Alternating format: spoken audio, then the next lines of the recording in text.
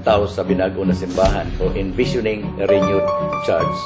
Usa kini ka aspekto sa bago nato na pamaagi sa simbahan sa pagbago pinasikat sa PCP2 na gina-implementar sa atong simbahan. Paroko ang pagbuo o pagporma sa JKK or Basic Ecclesial Community dito sa mga kabukira sa kabarangayan. Ano man unahan niya din sa poblasyon nga di man tadaghang tao dinhi na tao na gikan sa mga gagmay Kristiyanong katilingban sa ibang lugar na pagdili gali ay kuan nining aktibo ang usad na miyembro na minsan dili sinta makadawat sin mga sakramento para sa pagtunyag.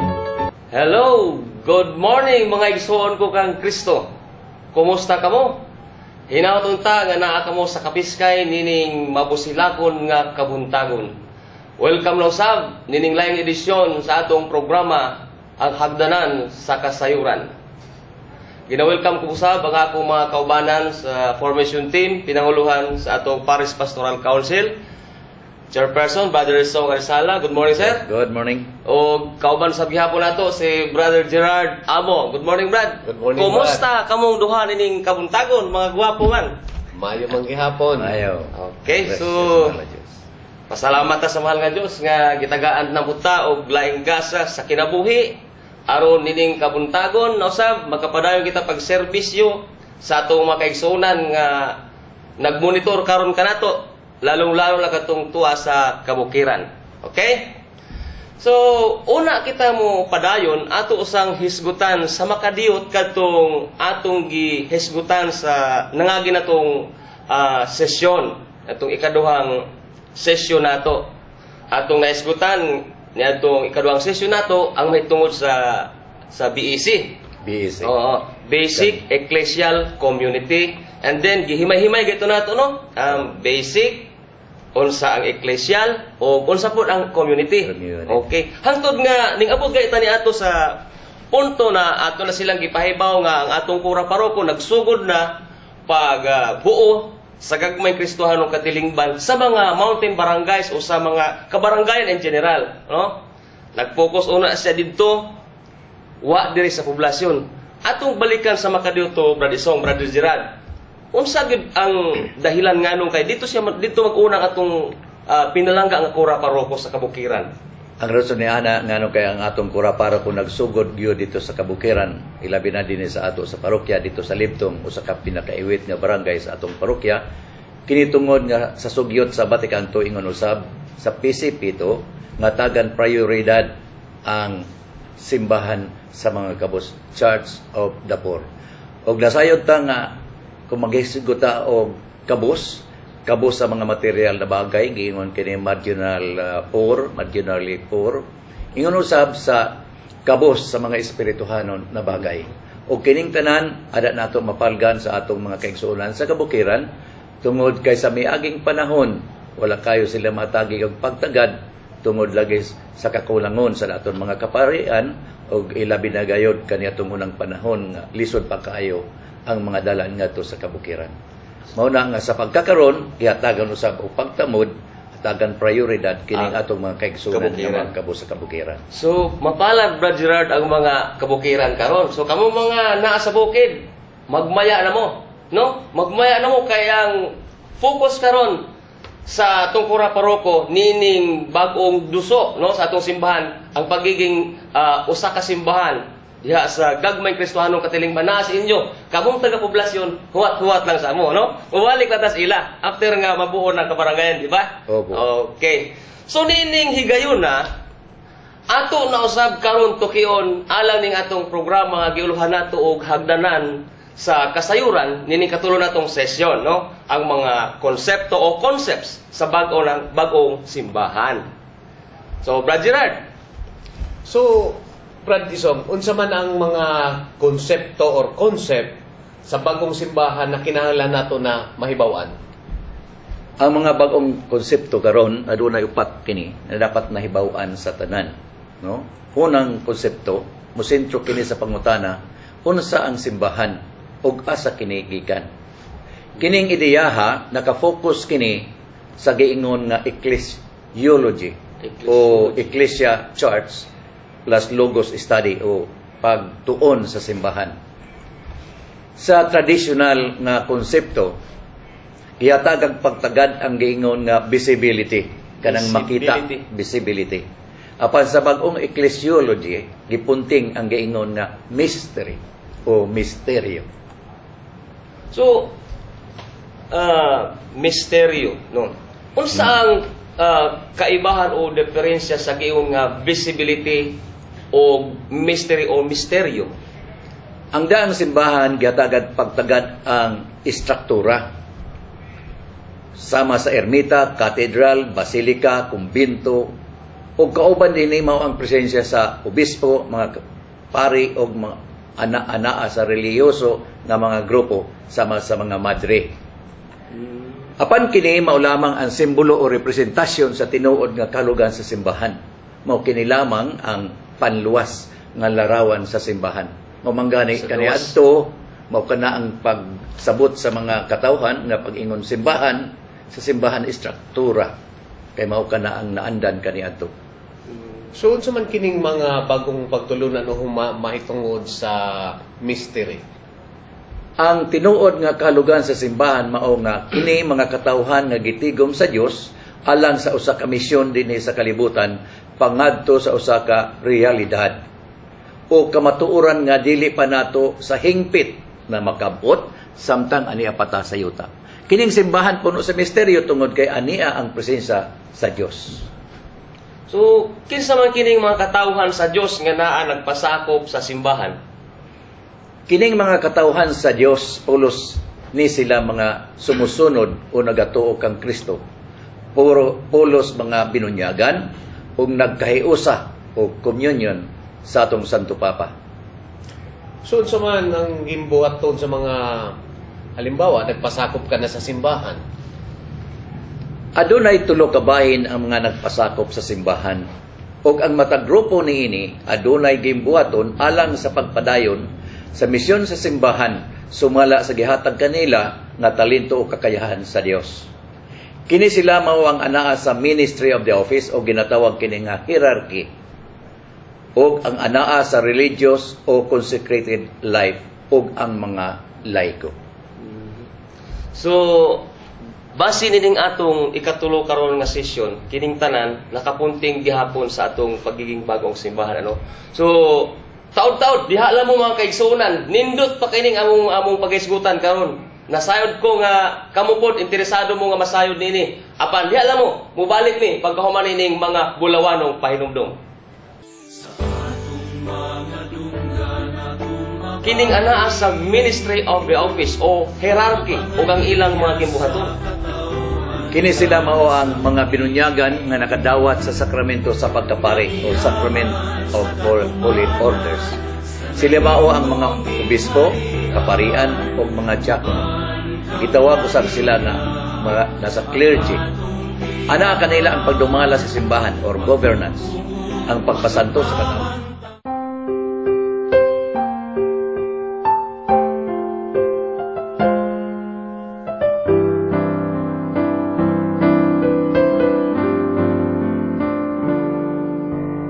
Way sukod man ang pagmahal, alang ka na ko gipakita mo ang kamatayon walay gahom sa pagtug na miyanang dakong kalayo.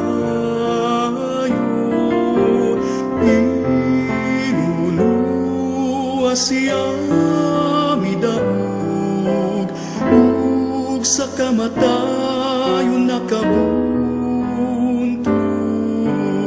kung sulungon mong pagmahal alang kanimo gipakita ko halos siya pagahisutan kay kini sinupod ug mga linog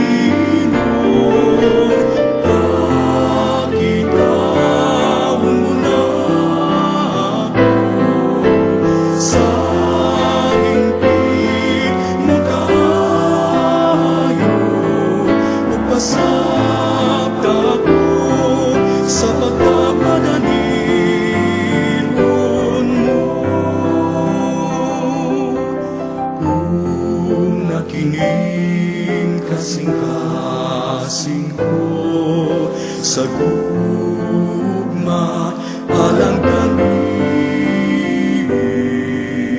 mo.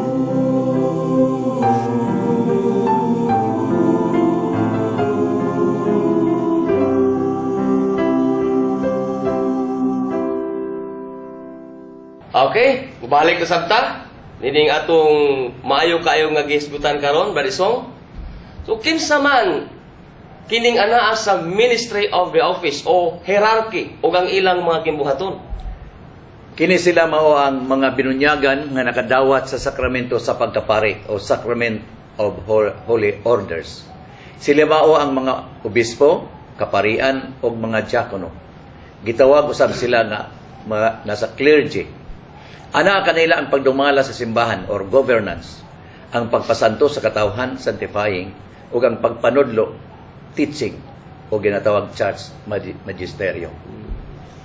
So, unsa man kining mga anaa sa religious o mga consecrated life? Kini sila mga binunyagan usab nga adunay pagkahiusa sa Santo Papa nga pinaagi sa ilang saad, ilang gihalad ang ilang kinabuhi alang sa pagtabang sa misyon sa simbahan. Dili sila apil sa grupo sa hierarchy, sama sa mga madre, munghi o ibang uban pa. Kinsa man kining mga gitawag natong laiko. Kining mga laiko mao kining mga binunyagan, way labot ang anaa sa hierarchy o sa religious life. Sa ilang pagkabinunyagan, gibahinan usab sila sa mga gimbuhaton ni Kristo, ang pagkapari, propeta o hari, aron usab sila makatabang sa misyon sa simbahan. Unsa man kining mga gimbuhaton sa pagkapari? Ang mga gimbuhaton sa pagkapari mao nga pag-uban sa o pagpakigduyog sa mga kasaulugan sa mga sakramento ilabi na ang Eucharistia. Ikaduha, pag-uban o pagduyog sa mga katilimbanong pag-ampo. Pagkinabuhi diha sa pagkasantos o ang mga gimbuhaton alang sa pagsimba sa Dios. Kining tanan mao kining gimbuhaton sa usa ka pari. Unsa ang gimbuhaton sa pagka-propeta? Ang pagka-propeta primero mao ang pagsangyaw sa maayong balita. Pakigbahin sa pulong sa Dios, pagtudlo sa kamatuoran o pagtuo sa simbahan, pagpahayag sa tama ug subay sa kabubuton o plano sa Dios. Mga gimbuhaton kini mahitungod sa ebanghelisasyon o edukasyon. Unsang Ay sa dali ako. 3, 2, 1. Na hisgutan nato kaganin Brad Isong ang kaning pulong nga laiko. So meaning ako, ikaw, kitang tanan binunyagan mga laiko. Tanan mga Katoliko gitawag sa mga laiko. Mga laiko. So para masabutan kini sa tanan, kinsa man daayod kining mga gitawag natong laiko.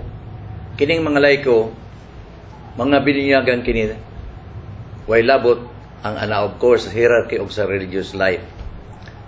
Sa ilang pagkabinunyagan, gibahinan sila usab sa mga gimbuhaton ni Kristo sama sa pagkapari, propeta ug hari aron usab sila makatabang sa misyon sa simbahan. So kanina, Brad, sinabi mo, ginbahinan kita saan pagkapari, saan propeta, tapos Sa pagkahari. pagkahari. So, ini ba tanan tulo nakasakop sa tanan na kinahanglanon sa nusad na laiko? Naa na tanan kauban na sa pagbunyag mao kanang gibahin sa aton ni Kristo sa aton pakigiusa kang Kristo gibahin na usab kita niya ning tulon niyang gimbuhaton aron nga matuman ang misyon dinhi sa kalibutan. So unsa man ang ginbuhaton sa pagkapari? Ang pagkapari bilang mga kitatanan mga binunyagan aduna tay gimbuhaton sa pagkapari nga mao primero bes ang pag-uban o pakigduyog sa mga kasulugan sa mga sakramento ilabi na gyud ang Eucharistia. Ingon usab nga kinahanglan nga ang mga laiko anaa nag-uban o nakigduyog sa mga katilimbanong pag-ampo. Ingon usab nga ang mga laiko kinahanglan anaa magkinabuhi sa pagkasantos. O in other words, kining tanan na sentro kini alang sa pagsimba sa Dios. Okay. So itong katilingban ng pag-ampo, so tama na ba sa usad na laiko na magpartisipar sa pagsimba lamang? O may dapat pa siyang ibang mga obligasyon o mga responsibilidad bilang usad na laiko? Daghan pa. Ang usa lamang ka naka-aspekto ang pagduyog o pag-uban sa katilimanong pag-ampo. Daghan pa siyang mga gimbuhaton, lalong-lalo na sa pagkinabuhi sa pagka-santos. So ayang urad lang nga pagkinabuhi kinahanglan masubay kung unsa ang gisugyot sa ebanghelyo sa pagkinabuhi dinhi sa ato sa kalibutan. So, meaning, dilinday kay kumo ang pare, iyahang trabaho, pwede din sa di kita maka-appeal sa trabaho sa iyang pagkapari, sa pinaagi sa pag-ambit sa pulong sa Dios sa Eucharistia. Mao ka na gyud ang dapat mahasayran sa tanan ng mga binunyagan, sa tanan ng mga laiko sa tungod sa pagkakaroon wa kay ni kaayo masabti sa mga laiko ang ilang pagtuo nga ang pagsangyaw sa maayong balita iya lang sa mga kaparian. Apan karon kay hatagan og doon sa atong simbahan, sa bagong simbahan, nga kita nga mga laiko tungod kay nakabahin kita sa gibuhaton ni Kristo sa pagkapropeta, kinahanglan kabahin usab kita sa pagsangyaw sa maayong balita. Ingon usab nga dapat ibahin usab nato ang pulong sa Dios ngadto sa atong mga isig kaingon. Dapat usab nga atong itudlo ang mga kamatuoran sa atong pagtuo sa atong simbahan.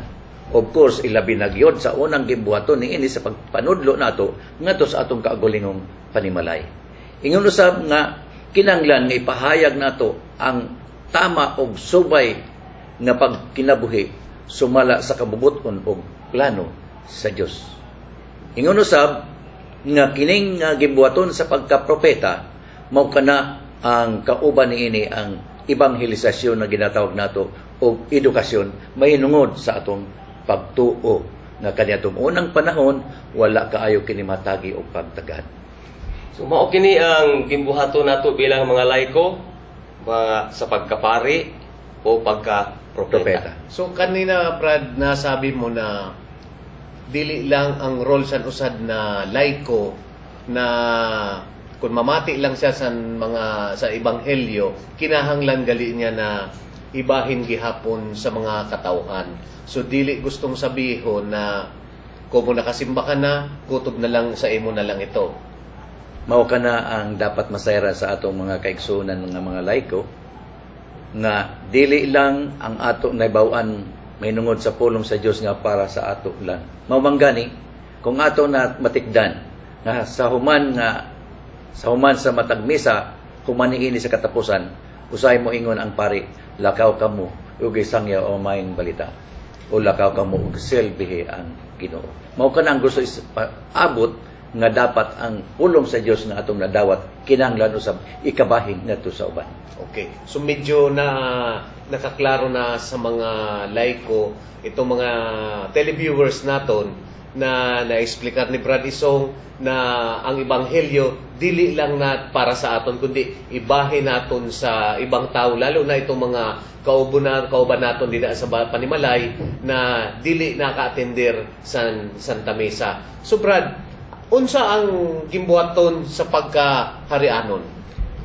Ang gimbuhaton sa pagkaharianon mao ang pag-alagad sa isig katawo ilabi na sa mga kabus.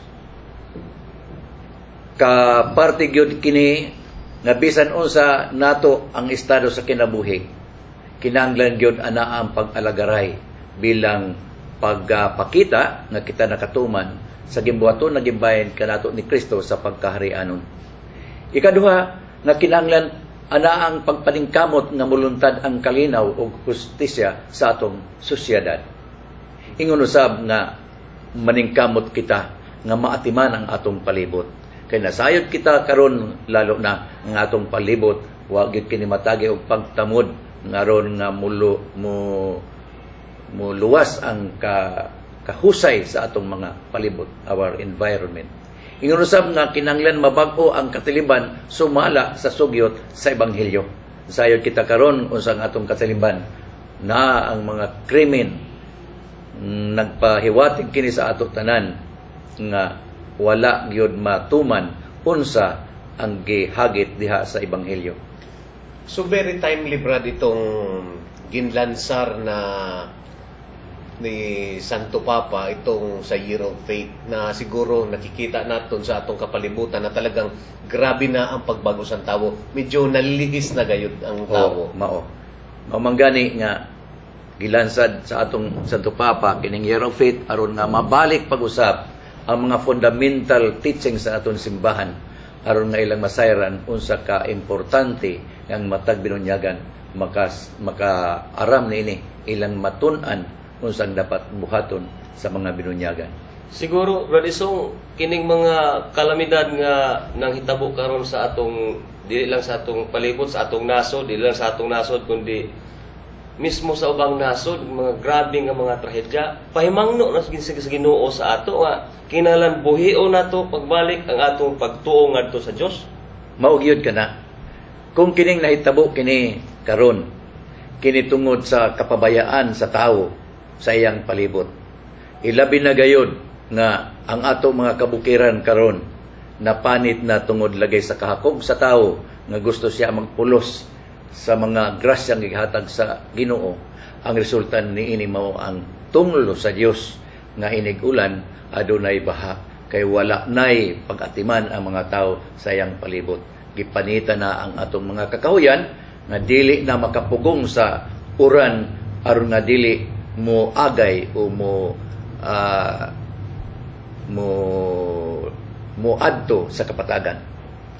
So siguro ang role sa simbahan dako jud kaayo ning ikatabang labaw sa tanan sa atong mga kaigsunan para maimpormar ang publiko nga kinahanglan jud na dili na magmika karon kundi magpakabana. Mao gyud kana ang role sa simbahan. Kitang tanan kay miyembro sa simbahan, kaparti kita niini lalo na gayud pag-atiman ning atong palibot. Ato usab madumduman nga bisan atong Paris pastoral plan, ang atong mission nagag vision, anaan nahipati kana ang atong pag-atiman sa atong palibot. Ug labaw sa tanan ang pagproteher sa kinabuhi. Sa kinabuhi. Okay? Ato nang nahisgutan kung unsa ang function sa usa ka laiko nga binunyagan nga Katoliko Kristiyano, pagkahari, pagkapropeta ug pagkapari. Kini tulo ka gimbuhaton nga gibahin ni Kristo ngadto sa mga laiko. Aron makatuman ug makatabang sa pagpadayon sa misyon sa simbahan. Okay, nindot pagid kayo katong umaabot pa nga mga isgutan. Diha lang mo mga higala. Mubalik mi pagkatapos nining bulawanong pahinumdum. Wala pa gyud masinati unsa ug tiinggikan ang simbahan. Ang simbahan nagikan kini og gitukod sa Dios ug dili kini gitukod sa tao. Gikan pa sa sinugdan ug hangtod sa kapagkakaron, hangtod sa katapusan o katumanan sa misyon ini ang simbahan nga gagikan kini sa Dios.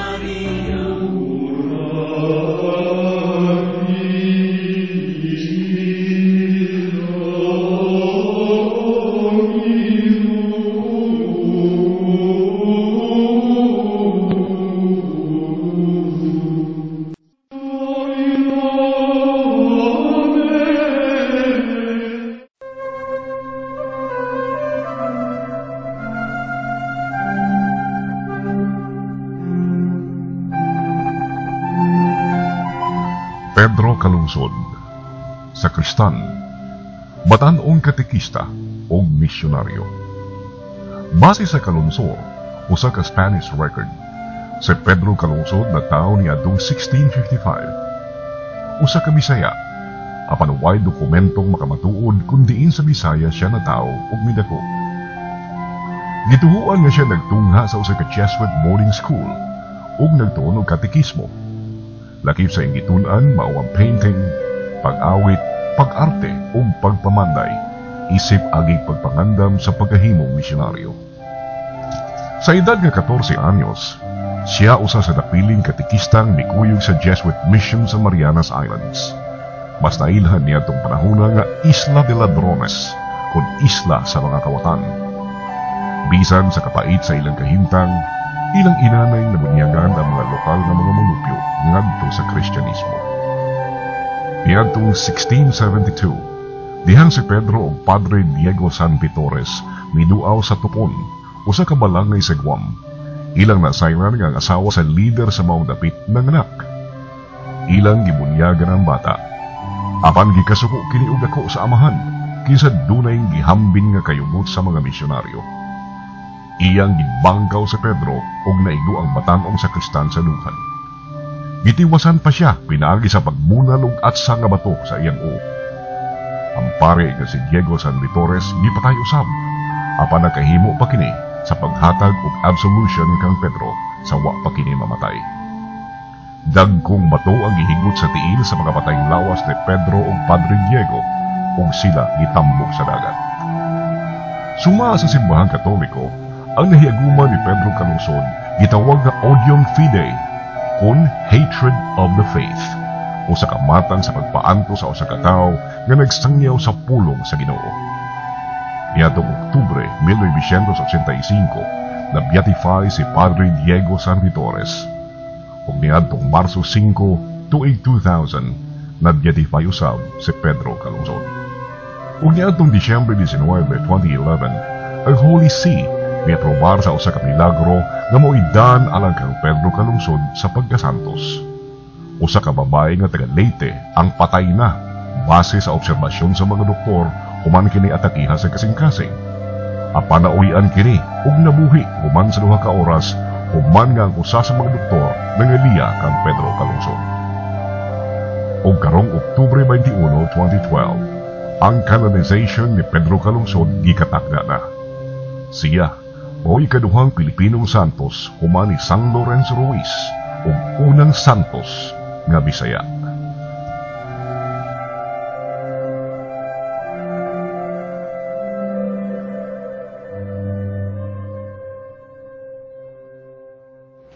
Okay, mubalik kasabta sa ato ang gisgutan, Brad Isong, Brad Gerard.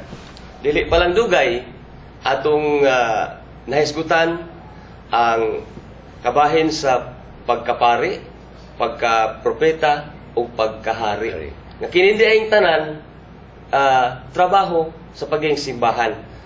Asa man daig kaning simbahan, Brad Isong? Ato kini karon hisgutan kay kadaghanan sa atong mga kaigsunan sa pagkakaron wala pagyod masinati unsa og diin gikan ang simbahan. Ang simbahan nagikan kini og gitukod sa Dios ug dili kini gitukod sa tao. Gikan pa sa sinugdan ug hangtod sa kapagkakaron ug hangtod sa katapusan o katumanan sa misyon ini ang simbahan nagagikan kini sa Dios. So kung nagagikan yan sa Diyos, so hastaya na panahon, sa presente na panahon, na makita gayon sang katawhan na ang sinugdan sa atong simbahan na Katoliko, pira na ang namumuno sa simbahan naton, sugad pa sa pagtukod sa ni Jesucristo. Tuna sa pagtukod sa atong Ginoong Jesucristo sa panahon sa 33 sa tuig sa natong Ginoo dito sa Jerusalem, kini mabasa nato din sa Ebanghelyo ni San Mateo kapitulo 16 bersikulo 18 nga nagaingon, busa sultihan ko ikaw si Pedro, ug ibabaw niining bato tukuron ko ang akong simbahan, ug bisan gani ang kamatayon dili gayod makabuntog niini. Sumaw na nga sukad sa natukod ang atong simbahan sa panahon sa 33 dito sa Jerusalem ug hangtod karon wag gyud ni mawagtang. So talagang may continuity ang atong simbahan. Na tuna san gitukod dinhi hasta siya na ada lagi gihapon. Wa kini mawagtang. Kay kwan manggod minsan may makabati kita na asa nagsugod ang simbahan sa uban ang Katoliko. So ini para sa kasayuran sa natong mga televiewers na nagtuna gayud ang simbahan sang Katoliko sugod pa ni atong panahon ni Jesucristo 33 hasta sa yana na mamanggani ang atong mga kaigsunan kay hanglan makamao ini kay fundamental teaching kini sa simbahan aron nga dili sila malibog kung unsa ang tinuod nga simbahan nga gitukod ni Kristo o nga wala gyud kini mawagtang sumala sa pagtuo sa uban.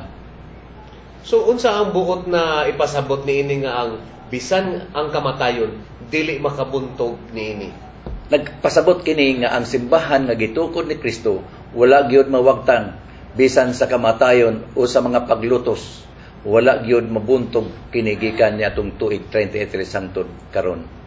Mao nga bisan sa kapanahonan sa giingon sa simbahan nga Dark Ages, di na simbahan ang mga Kristiyano sa gipamatay, lalo na sa kapanahonan sa mga emperador nga mga pagano. Apan wala gayud mapukan ang simbahan na gitukod sa atong Ginoong Hesukristo. Ang nahitabo hinuon ini mao nga midagahan pa ang mga Kristiyanos. Kaniadto adunay kasabihan nga nagaingon, the blood of the martyrs is the seed of Christianity.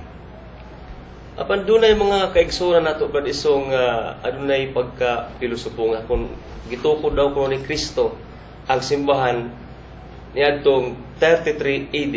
Unsa kuno ni klaseng simbahan? Bato ba ni or unsa ni siya? Mayo na nga pangutana. Ato ni mahibaw-an og mahidumduman na si Kristo ang usab sa ngalan ni Simon ngadto sa pagkakaypas. Nga mabasa nato sa Ebanghelyo ni San Juan kapitulo 1 bersikulo 42. Nagaingon, unya gidala ni Andres si Simon ngadto kang Jesus. Mitutok si Jesus kaniya og mingon, ikaw si Simon nga anak ni Juan. Apan sukad karon nganlan ka nag-Cephas. Nga sa ato pa Pedro. Ang Cephas sa Aramaiko nagpasabot nga rock o Peter. Si San Pedro mao ang bato kan sa gitukuran sa maong simbahan. So, Brad, para sa benepisyo sa atong mga televiewers, kanina na sampitan mo itong Dark Ages. Pwede mahatagan mo sin gamay na eksplikasyon ano itong gustong sabihin sa Dark Ages? Dark Ages mao kani ang kapanahonan diin ang paglutos sa mga katawhan sa Dios nga gibabatay.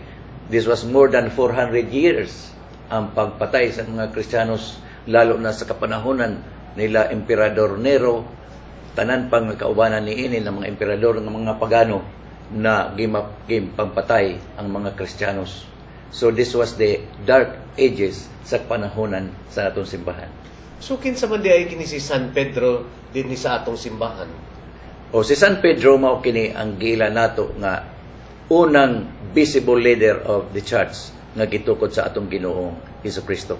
Si Saint Peter mao kinang gitawag siya the vicar of Christ. Na gusto sabihin siya ang representante na atong makita din sa ato sa kalibutan. Kaya man pala na vicar of Christ. Kaya ang Roma itong kung hain hinimo itong canonization ni San Pedro Calungsod na ginatawag ito St. Peter Square. Siguro pinangalan ito para sa kwansa diyang simbahan. In fact, ang St. Peter Square gitukod kana diha mismo, diha gilubong ang atong unang head of the church nga si San Pedro, mao mangani gitawag na St. Peter Basilica. So, kung si San Pedro mao gitawag nato the first visible leader of the church, meaning gikan sa iya hangtod karon wa ginay bugto. Ug aduna bay kamatuoran kini nga atong mabasa diha sa Biblia? Adunay kamatuoran. Unang-una, gaingon mo nga way bugto. Tungod kay siyempre adunay ginatawag nga successor ang mipuli kaniya bilang visible head of the church. Aron mapamatudan nato sa Biblia nga si Pedro mao gihatagan niining katungdanan sa atong Ginoong Hesukristo sa pag-atiman sa iyang katawhan.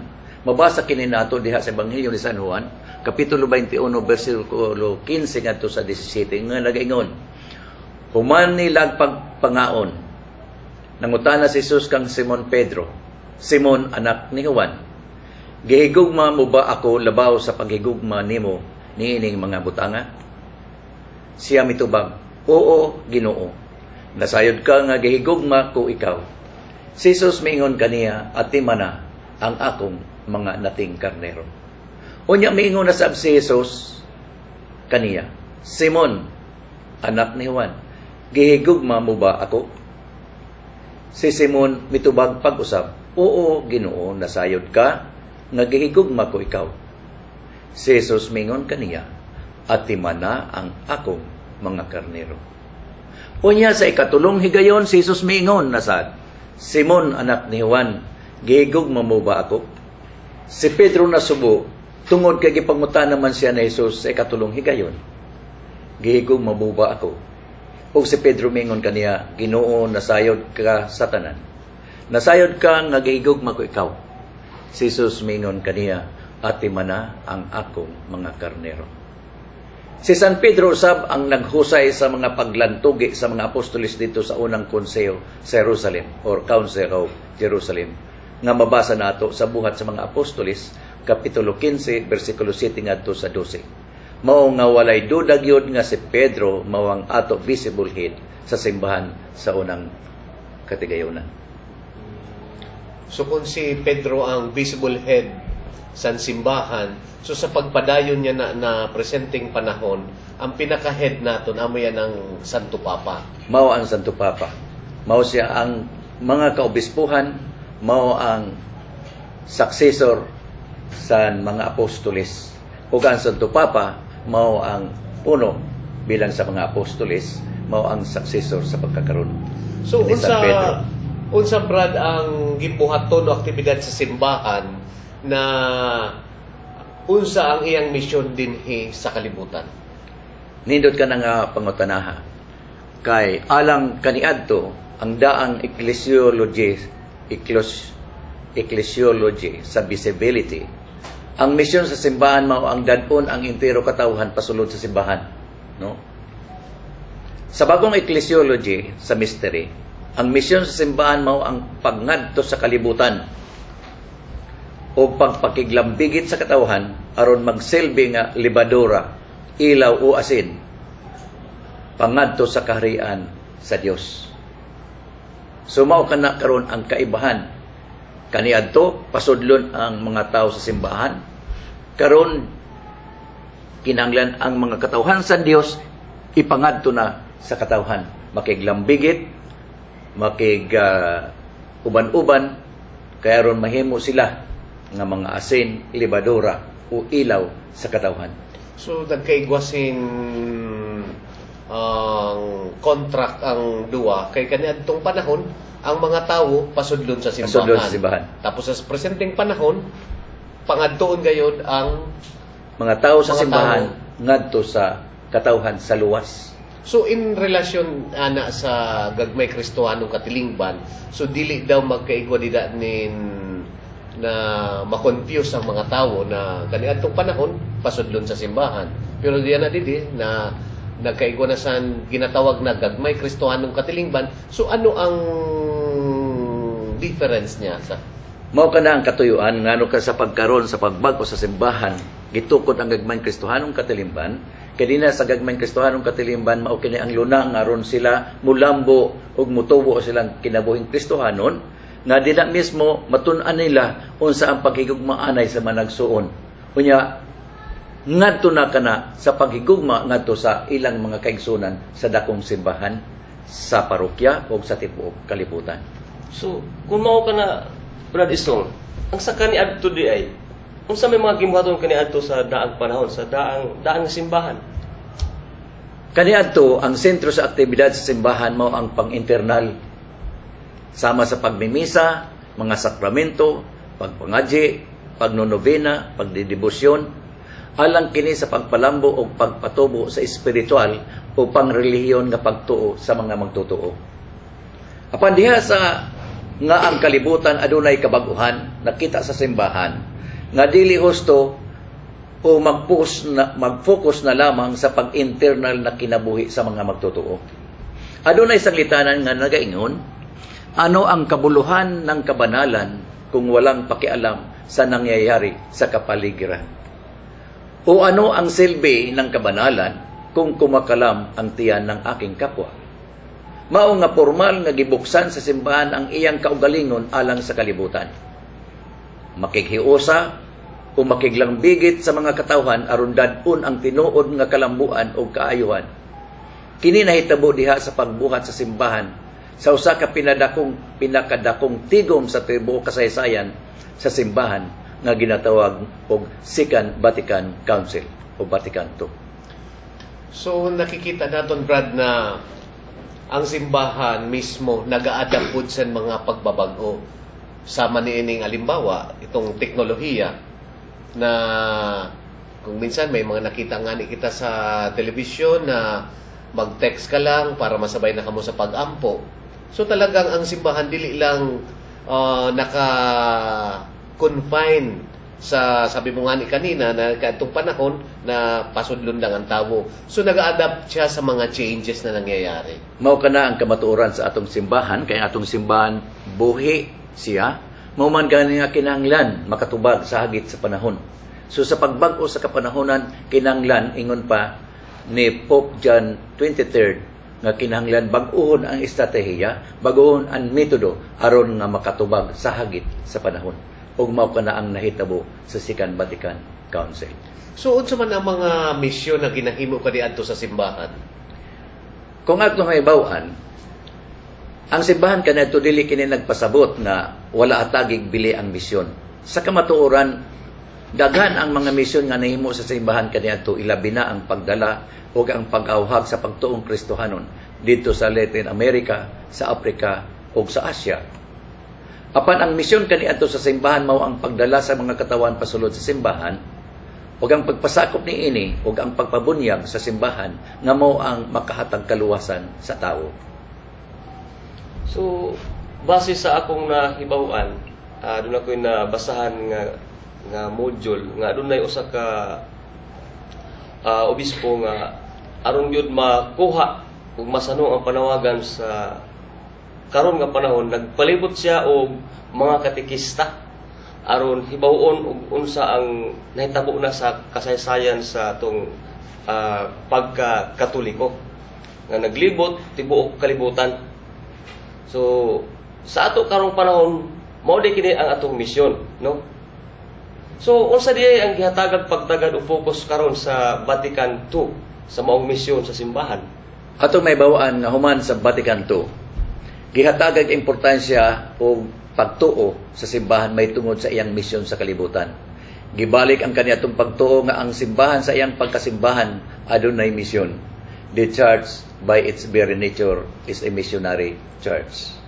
Ang simbahan nga gituko ni Kristo o gipakusog sa Espiritu Santo adunay misyon sa pagpadayon sa pagsangyaw sa kabubuton sa Dios o pagpaabot sa kaluwasan sa tinibuk-ang pagkatawo o gitawag kini integral evangelization o ang pagpaabot sa dakong paghigugma sa Dios sa katawhan. Unsa man ang gipasabot sa simbahan human sa Vatican II? Ang simbahan una sa tanan mao ang padayon nga timailhan o sakramento sa pagpakighiusa sa Dios ug sa tawo. Ang simbahan tanda sa presensya sa Dios sa katawhan nga padayon ang pagpakigrelasyon sa Dios ngadto sa tawo.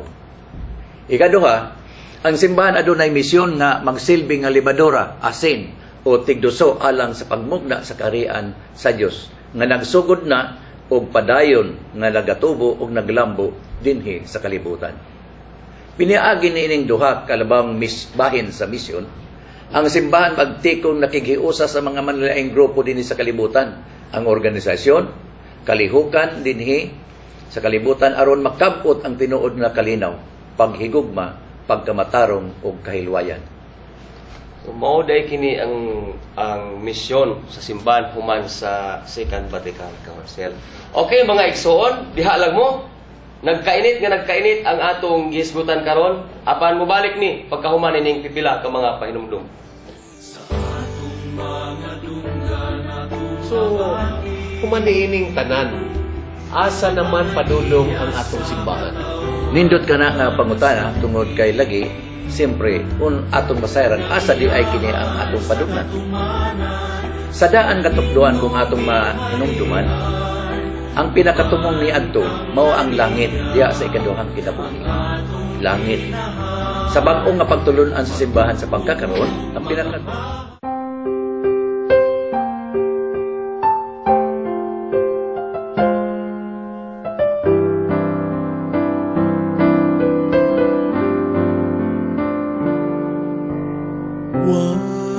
sukod man ang pagmahal, alang ka na kung ipakita mo ang kamat daong sa pagtug na miyanang dakong kalayo. Inulua siya midaog ug sa kamatayon nakabuntog. Kung sulungon mong pagmahal, alang kanimo ipakita ko. Halos siya pagahisutan, kay kini sinupot ug mapalinog.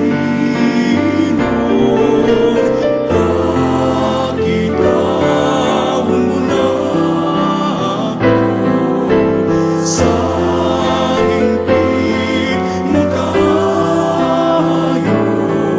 ug pasabta ko sa pagkapadalihon mo. Kung nakining kasing-kasing ko sa gugma, alang kanibig mo.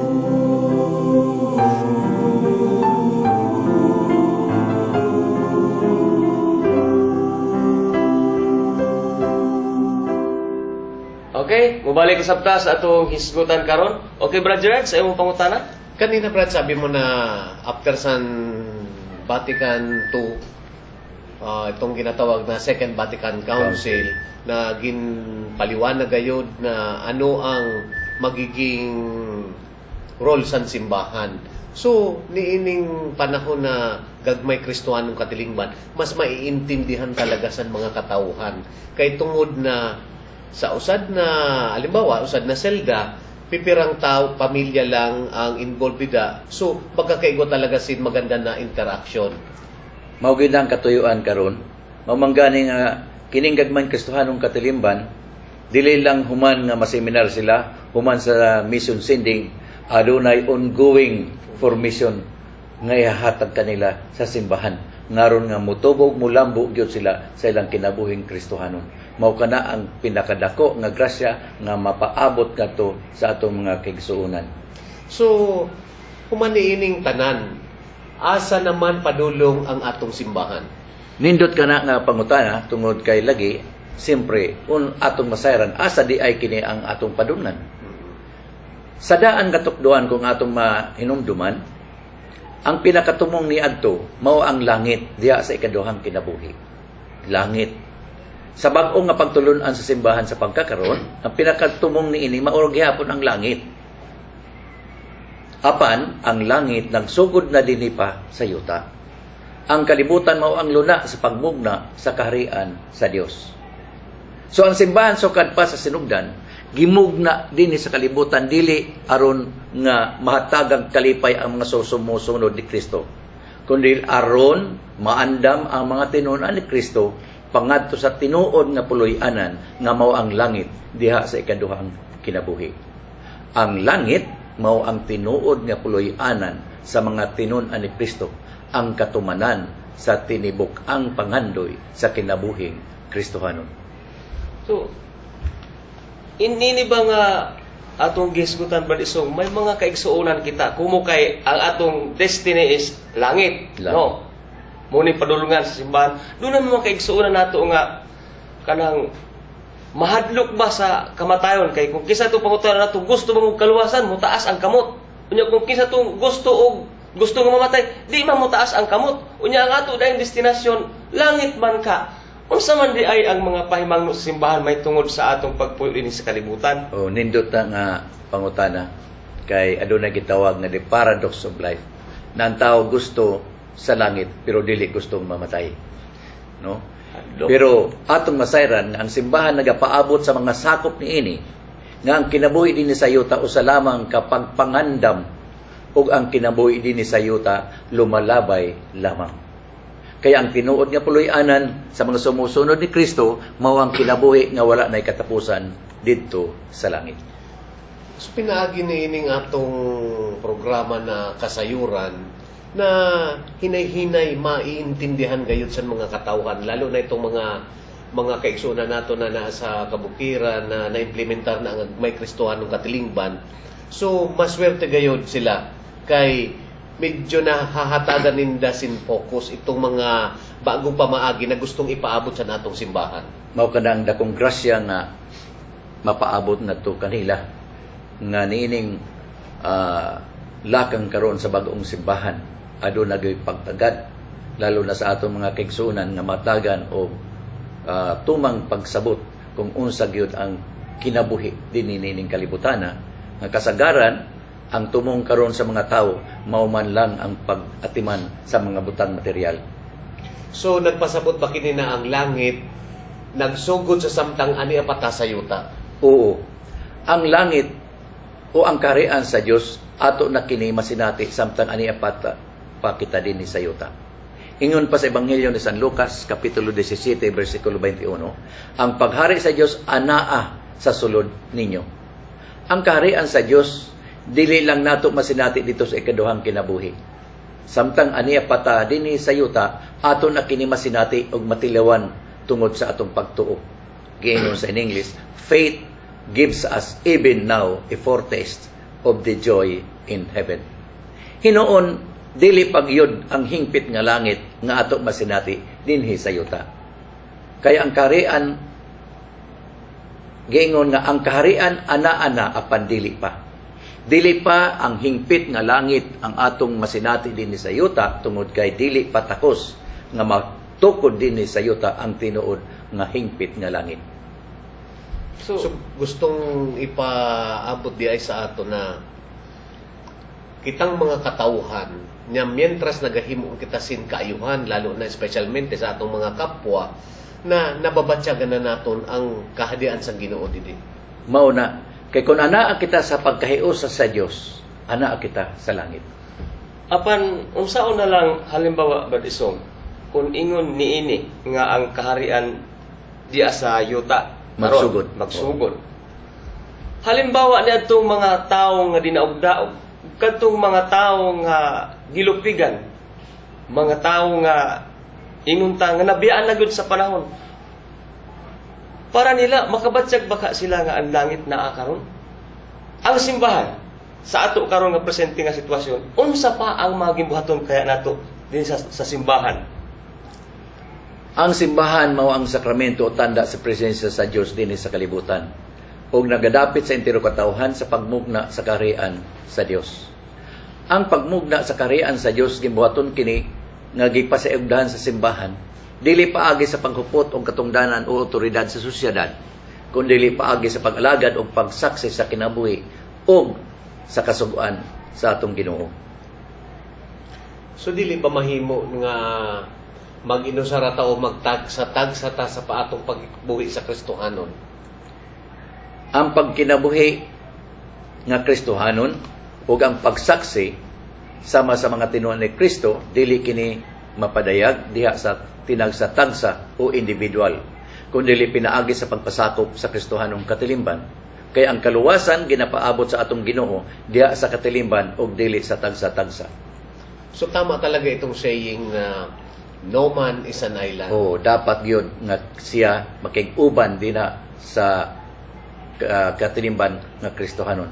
Kining gagmayng Kristohanong katilingban mao na kini ang bag-o nga simbahan sa pagkakaron nga ginaduso sa Vatican II o dinhi sa aton sa Pilipinas pinasikat sa Second Plenary Council of the Philippines. Pinaagi niining katilingbanong pagkinabuhi mamahimutang mga tinuod nga mga saksi sa pagkinabuhi sumala sa hagit sa Ebanghelyo sa atong Ginoong Hesukristo.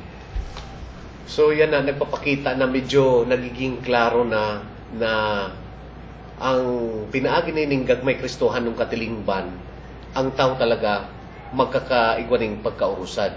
Kay sabi nga ni na dili daw pwedeng i-implementar dito sa poblasyon or sa syudad, pero nagpamatuod. Siguro nadumduman ninyo itong pag-seminar ta dito sa Naga City na itong na-implementar na dito sa diocese sa Limanan, nagpamatuod na kaya gayud na himuon Kaya gyud nga himuon kay kini dusok kini sa atong Ginoong Hesukristo pinagi sa bagong simbahan. Mao man gani nga walay imposible nga dili mahimo. Mao man gani nga kung ang mga tao makasabot niini, dili gyud sila mo balibad o mo opos niining bagong kalihukan sa simbahan.